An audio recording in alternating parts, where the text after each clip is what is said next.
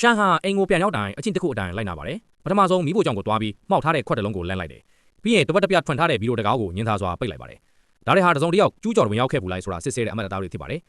အရာလုံးပုံမှန်အတိုင်းဖြစ်နေတာကိုမြင်တော့သူဟာရေပိုက်ကောင်ကိုတွားပြီးဘားကိုလှည့်လိုက်ကလျှို့ဝှက်ခန်းရဲ့ဝင်းပေါက်ကိုဖွင့်လိုက်တယ်အဲ့ဒီလျှို့ဝှက်ခန်းဟာသူ့ရဲ့တကယ်နေထိုင်ရာနေရာဖြစ်ပါတယ်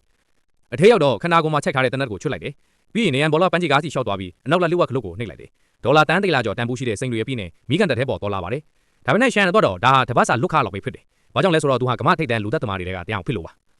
အဲ့ဒီညအစောပိုင်းမှာခန်းနာတဲ့အခန့်ပွဲတစ်ခုမှာရှန်ဟာစားပွဲထုဟန်ဆောင်ထားခဲ့ပါတယ်တွန်ဖိတ်သွားတဲ့အရက်ကိုတန်ရှင်းလုတ်ဟန်ဆောင်ရန်အဲ့ဒီအခိုက်တန်းကိုအသုံးပြုယူလူတယောက်ရဲ့လေဘင်းကိုတိတ်တိတ်ဆိတ်လိချလိုက်တယ်ပြီးတာနဲ့ကိုရန်တော်အတော်များများကိုလင်းမြန်စွာရှင်းလင်းပြီးဘသူမှတတိမထားမိပဲမစ်ရှင်ကိုအောင်မြင်စွာပြီးဆုံးခဲ့ပါတယ်အလုပ်ပြီးတော့သူဟာပုံမှန်တွေ့ဆုံရနေရဖြစ်တဲ့စေးရောင်းတစီဆိုင်မှာသူ့ညလက်ထောက်နဲ့တွေ့ခဲ့ပါတယ်လက်ထောက်ကသူ့ကိုလောက်ခအထက်စိန်အိတ်တလုံးပေးလိုက်ပြီးအပိုစုနဲ့ညအနှဲငယ်ပို့ထည့်ပေးလိုက်ကဖောက်တဲ့ကအရန်ကျင်တာတယ်လို့ပြောခဲ့ပါတယ်ဒါပေမဲ့ရှင်းလက်တို့အနားယူဟိုအချိန်တိတ်မရခဲ့ပါဘူး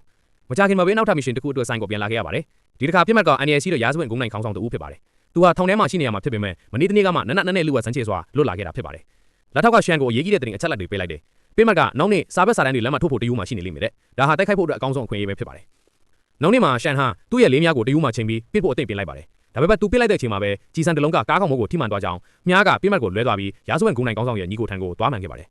အဲ့ဒီချိန်မှာနောက်ထပ်စနိုက်ပါတွေလောက်ကစောင့်ကြည့်နေတာဖြစ်တယ်ဆိုတာပေါ်လင်းလာတယ်သူကလည်းဒီပြစ်မှတ်ကိုပဲလိုချင်နေတာဖြစ်ပါတယ်ပြစ်မှတ်လွဲသွားလို့စိတ်ပြတ်သွားတဲ့ဒုတိယစနိုက်ပါဟာလမ်းပေါ်ကိုထွက်လာပြီးတနက်လက်ဖြစ်နဲ့အလုပ်ကိုပြီးဆုံးအောင်လုပ်မယ်လို့စီစဉ်ပါတယ်ဒါပေမဲ့သူမပစ်ခင်မှာပဲတချောင်းတယောက်ကသူ့လက်မှတ်ကိုပစ်လိုက်ပါတယ်ဒီရှုပ်ထွေးမှုကြောင့်ရေးရီရဲ့အာယုံစုစိုက်မှုကိုရသွားပြီးသူတို့ဟာအနက်ရောင်ကားစီကိုအလင်းနဲ့ပြေးလာခဲ့ကြပါတယ်ဒီအာယုံပြတ်တွယ်မှုကိုအကောင်းကြောင်းယူပြီးဒုတိယစနိုက်ပါကလွန်မြောက်ခဲ့ပါတယ်ရှန်ကိုပထမဆုံးကြည်စံနဲ့ပြစ်ထည့်တာနဲ့နောက်တဲ့စနိုက်ပါရဲ့လက်မှတ်ကိုပြစ်ထည့်တာကဘယ်သူတွေဖြစ်မလဲဒီမစ်ရှင်မှာရှန်ဟာဘယ်လိုဆက်လက်လှုပ်ဆောင်သွားမလဲဆိုတာစိတ်ဝင်စားဖွယ်ကောင်းပါတယ်